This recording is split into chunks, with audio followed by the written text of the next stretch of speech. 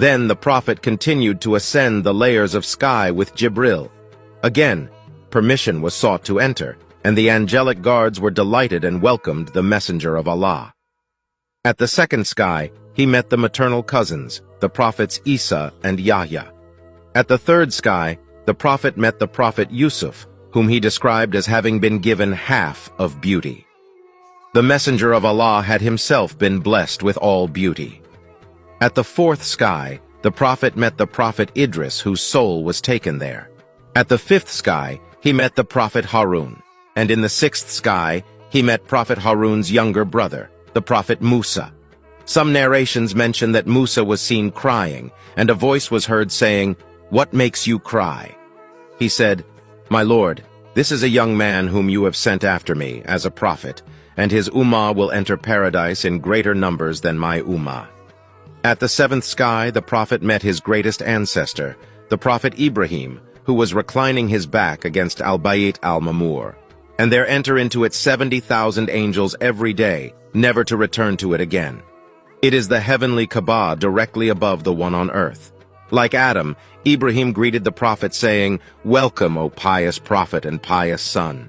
The prophet carried on his journey, reaching the furthest lot tree. He described this vast tree in great detail. Its leaves were like elephant ears, and its fruit like big earthenware vessels. Then when it was covered by the command of Allah, it underwent such a change that none amongst the creation has the power to praise its beauty. A rider will travel in the shade of one of its branches for 100 years, or 100 riders will seek to shade themselves with its shade.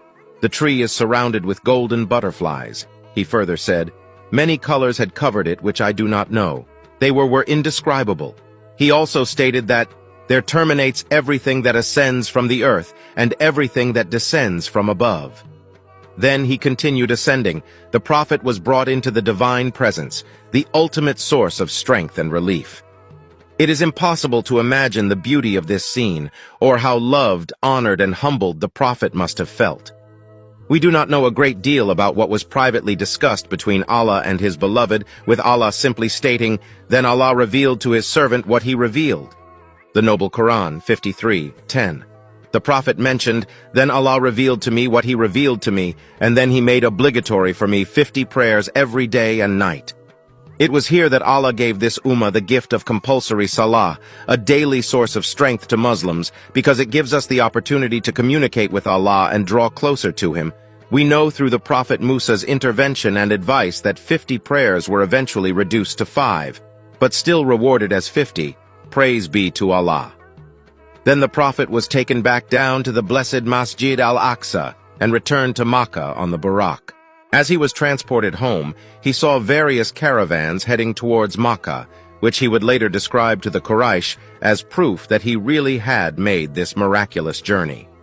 Allah even displayed Bayt al-Maqdis to the Prophet, while the Quraysh were cross-examining him in the Hijr of the Kaaba. The entire journey had taken place in a small portion of a night. This is the end of this episode. Peace and blessings of Allah be upon our beloved Prophet and all of his followers.